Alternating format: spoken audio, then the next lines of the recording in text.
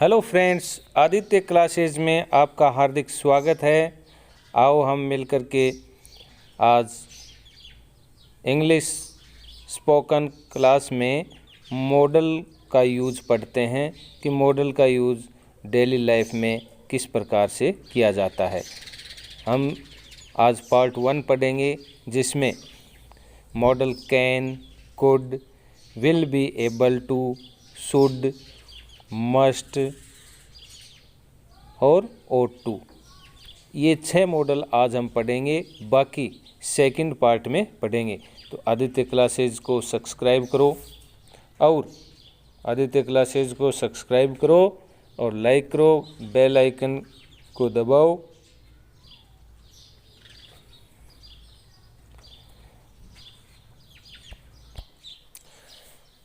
Daily बोलचाल के अंदर मॉडल का काफ़ी यूज होता है। तो मॉडल को यदि हम अच्छे से पढ़ लें और इसका अभ्यास करें तो हम आसानी से अंग्रेजी बोल पाएंगे। आशा करता हूँ कि आप सब आज का चैप्टर अच्छे से ध्यान से पढ़ोगे, लिखोगे और फिर प्रैक्टिस करोगे। जितनी अधिक प्रैक्टिस करोगे उतना ही अत्यधिक आसान बनता चला जाएगा, सब कुछ इजी होता चला जाएगा। चलो बच्चों, आइए आज हम मॉडल का यूज पढ़ते हैं। सबसे पहले हम कैन का यूज पढ़ेंगे। कैन का हिंदी मीनिंग निकलता है सकता है, सकती है, सकते हैं। ये सब कैन के हिंदी मीनिंग निकलते हैं। तो देखो स्ट्रक्चर देखते हैं। सबसे पहले सब्जेक्ट स्ट्रक्चर में सबसे पहले subject plus can plus verb की फर्स्ट फॉर्म प्लस ऑब्जेक्ट। जिन बच्चों को सब्जेक्ट क्या होता है, मेन वर्ब क्या होती है, हेल्पिंग वर्ब क्या होती है, ऑब्जेक्ट क्या होता है, इन सब के बारे में जानकारी नहीं है तो मेरे पीछे की वीडियो देखें, उनमें संपूर्ण जानकारी दी हुई है। तो आइए हम पढ़ते हैं कि मैं अंग्रेजी बोल सकता हूँ। मैं अंग्रेजी बोल सकता हूँ। तो आप लिखोगे आई कैन स्पीक इंग्लिश।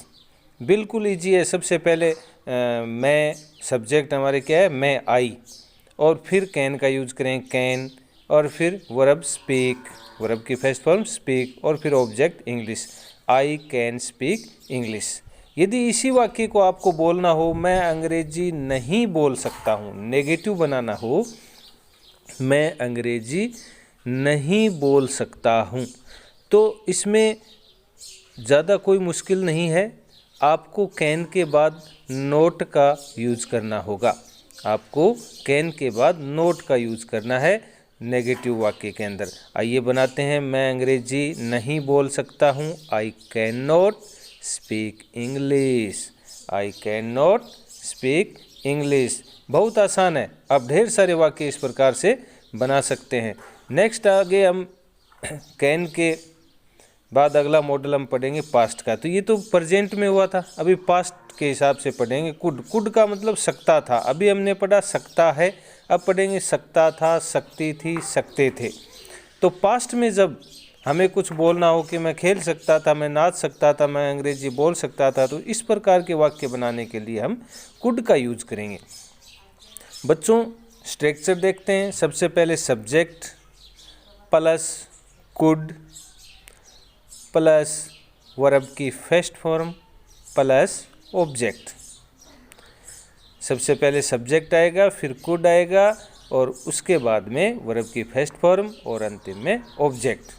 आइए हम एक सेंटेंस लेते हैं। मैं अंग्रेजी बोल सकता था। इससे पहले हमने पढ़ा था कि मैं अंग्रेजी बोल सकता हूँ, कैन मॉडल का यूज किया था। अभी है मैं अंग्रेजी बोल सकता था, तो कुड मॉडल की मदद से बनाएंगे I could speak English. I could speak English. आप आसानी से बना पाओगे। इसी को यदि नेगेटिव बनाना हो, मैं अंग्रेजी नहीं बोल सकता था, आपको यदि इसी सेंटेंस को नेगेटिव में बदलना हो तो आपको कुड के बाद नोट का यूज करना है। मैं अंग्रेजी नहीं बोल सकता था, I could not speak English. I could not speak English. तो इसी प्रकार आप ढेर सारे सेंटेंस बना सकते हैं।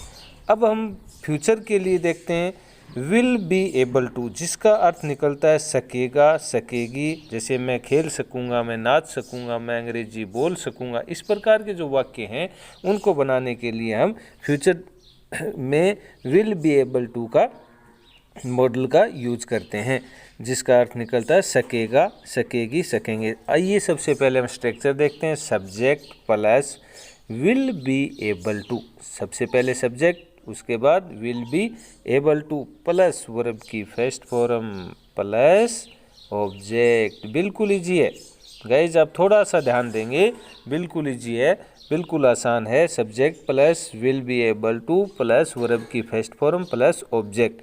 चलो आइए एक सेंटेंस लेते हैं हम। मैं अंग्रेजी बोल सकूँगा, हमने एक सेंटेंस लिया, मैं अंग्रेजी बोल सकूँगा, तो I will be able to speak English. सबसे पहले आई और उसके बाद modal will be able to और फिर वर्ब की फर्स्ट फॉर्म स्पीक और फिर English, I will be able to speak English.